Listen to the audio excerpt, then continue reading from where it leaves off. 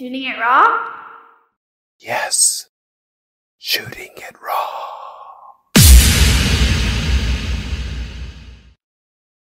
Danny Covey is in the house. Okay, wait a second. You're pulling a fast one. Okay. This is another studio shot. The background is a very smooth blue, like not a high noon blue kind of sky, but more of a muted blue. It's like almost like a metallic blue. You're wearing this button-up shirt. Very nice. You can't see your hands, but they're crossed. You're very similar. You have a good facing camera expression. Looking right at the camera. It could have been done on the same photo shoot. So walk us through this image. This was actually the image that was used for my book that I recently published. Right. Yeah, and I wanted to convey, again, simple, direct, confident, and hope. Nice. And I didn't want to use any extraneous items except just posture and facial expression, just to convey that message. And very business casual, very approachable. Yeah. Very. So listen, okay. Title of the book, please. Scar tissue. Of course, it would be scar tissue. And scar tissue is it's not just physical scar tissue. In my book, I talk about it as a concept, as an attitude. And I believe that. And how I relate it is, I read an interesting fact about scar tissue that said scar tissue is actually stronger than human skin because there's no hair follicles, no sweat glands. It's just tissue drawn together and healed over. And what I love is scar tissue is stronger. It's ugly, but if you allow a wound to heal, it becomes scar tissue and it becomes stronger than it was before. And that's the concept I tried to get across in my book. And that's what I wanted that cover photo to convey is, hey, stronger through adversity. Oh, man. How old is your book? When did it publish? June. What? Yeah. Well, congratulations. Thank you. Thank you. Happy babies. I know books, and I know the. I'd say on the conservative side, I don't know how ambitious you are. If you got a black belt so quickly, how long did it take for you to write this book? I wrote it in about a year. I wrote it during the pandemic, and then I shopped around for an editor, an agent, and then a publisher. I did not want to self-publish. I wanted a publishing company behind me. And so it took me about another year to find that. And then here we are. Oh, wow. Good for you. Yeah. Scar tissue. Okay. So it's been out for however many months. What was the most surprising outcome of the book publication that you never would have expected? It's, I'm a bit jaded. and what I mean by that is, you may have this fantastic idea for a movie. You're not going to stroll into Warner Brothers, knock on the door and say, check out my cool script. They're going to say, go get an agent. Who are you? Get out of my building. And so I found the hard way of shopping around and looking and trying. It was closed door after closed door after closed door. And that's irregardless of your content, whether it's good, whether it's bad. Yep. So it just made me realize, well, of course it's like this. Everybody who writes thinks they've got the next amazing idea. And I'm no different. So I had to learn the ropes of the process. And then I found a publisher who would take a chance on me. Very supportive. But yeah, that whole process, I was very naive in the beginning, for sure. Well, because it's a learning curve, and you get to kind of, you have to experience it, and some people, who knows what ignites posterity, who knows what ignites fame or the moment or whatever you want to call it. Now, what kind of book is this? Is it a nonfiction book or is it it's a novel? It's just like a memoir, a biography of my story. Okay. So it chronologically tells 2 stories, one of just me growing up with heart surgeries. And then I have these aside chapters that talk about what I call my black belt journey. Mm-hmm. And then I'm over the whole book, I'm kind of wrestling with a theme of survivor's guilt, which is something I've been very challenged by over the years. Yeah. No, I okay.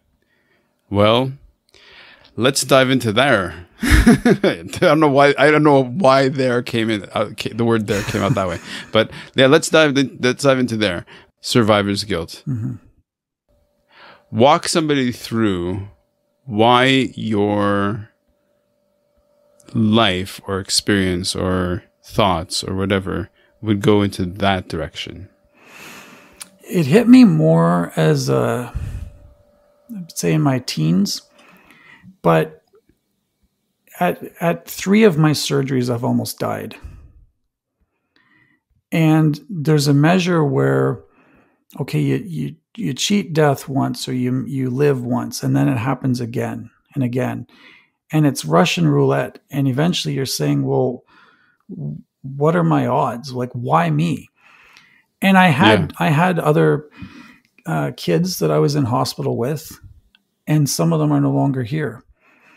I've gone to the hospital with several friends who fought against cancer with everything they had.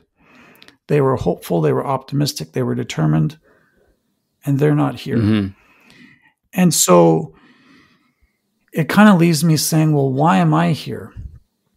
Why not them? And it's not something we'll ever know. I don't know. And that's something I, like I said, I wrestled with in the book. I didn't come to any satisfactory conclusion. Mm-hmm. And I think with a lot of questions, why were you hit by a car? Well, I don't know, but it happened. Mm-hmm. And so after wrestling with that, I don't think I'll ever have an answer. But what I can answer, and I think it's a better question, it's the question I've asked with every surgery, is I don't know why, but I can say, what is there that I need to learn from this? What is this teaching me? I'm in these specific set of circumstances. I'll never know why, but what can I learn from this? And every time I've faced a situation, you get answers. Or I can say, you know what? I can learn these sets of things from this tragic ordeal and move on. Mm-hmm. And so it's kind of helped me frame, at least with survivor's guilt, I don't know. My friends who are not here, they didn't deserve to die. I didn't deserve to live. I don't know. Mm. But here's what I'm learning. Here's another funny thing about being a human being is that we make sense of experience after the fact with words. Yeah. And so, how's your French?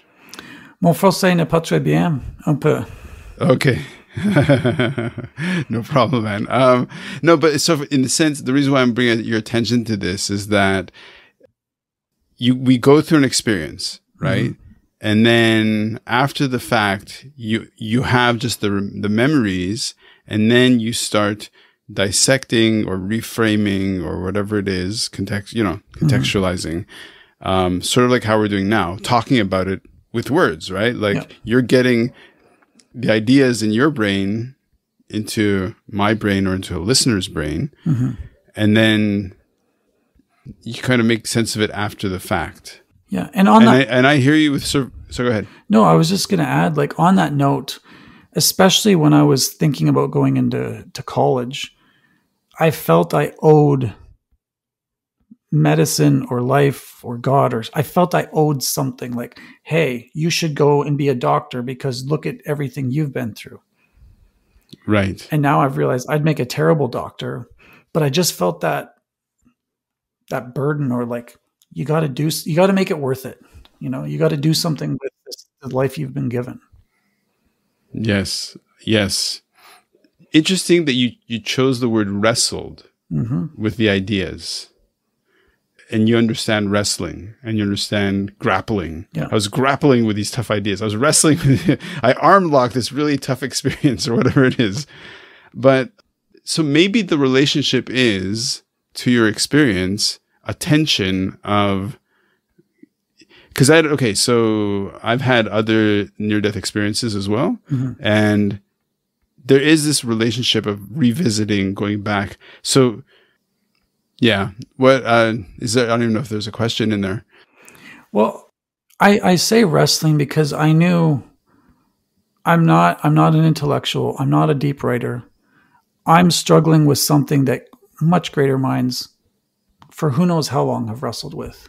And maybe they've come to a better conclusion. And that's why I felt like I know going in, I need to contend with this issue, but I know I'll never get the answer. So maybe just by grappling with it, that I'll get a better understanding of, hey, this is an opponent you won't win, but you'll learn. Yeah. And it's interesting, like on that note, like this has really surprised me, but several vets, people that have been through war and have had PTSD, I don't know why, but I've clicked with them. Our stories resonate. And I've never been through war. I've never been through fighting, but I've been through trauma. And I think that's the connection point. And it's been very fascinating to me, but I do think it is a battle. And I do think it's something you won't win. You won't get an answer, but you need to contend with it. Well, I could see why somebody who goes into a battle, into a fighting situation, who gets shot, because it's senseless, it's irrational. But it's basically it's irrational, And in your case, you're just born, and for whatever reason of your biology, and thankfully we live in this world where you could be treated and operated and saved, but what a head fuck. I mean, sorry, but you're not wrong. I can imagine being a teenager going, why me? What the hell is what is going on?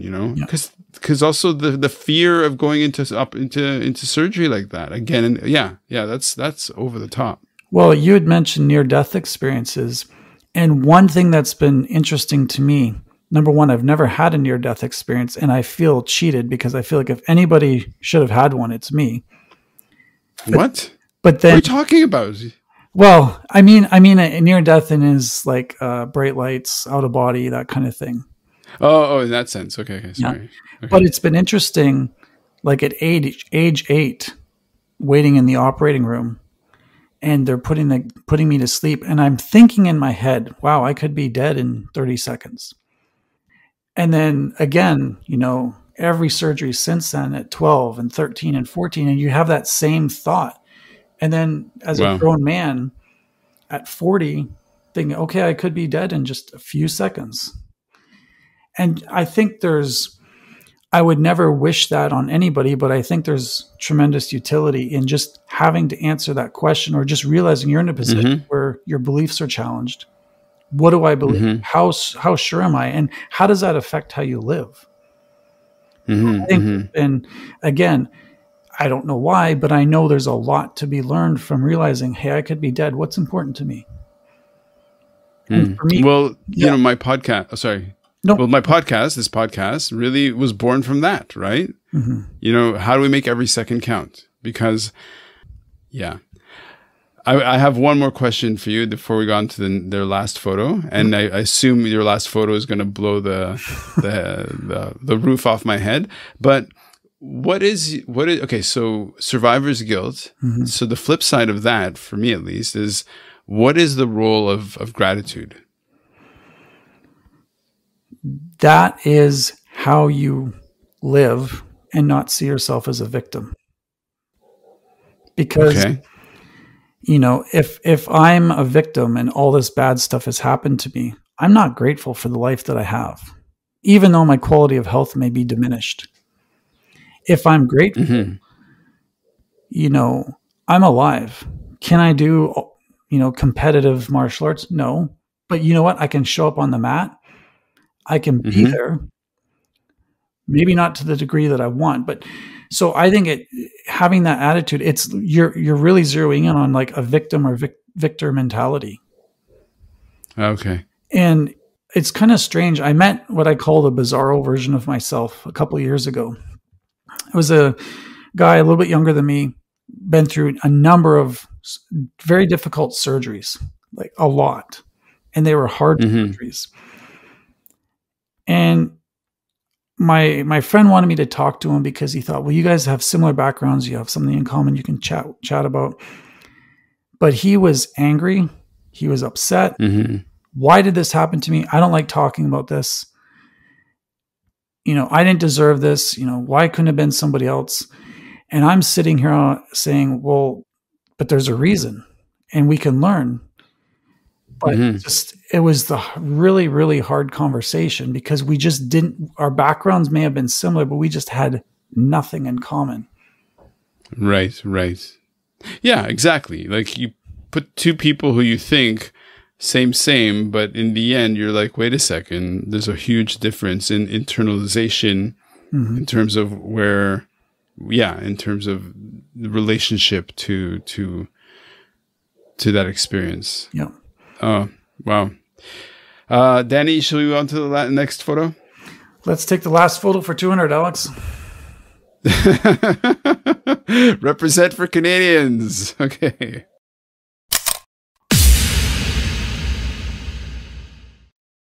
So is life really a gift? Really? Can you make every second count? That's the whole point of the podcast.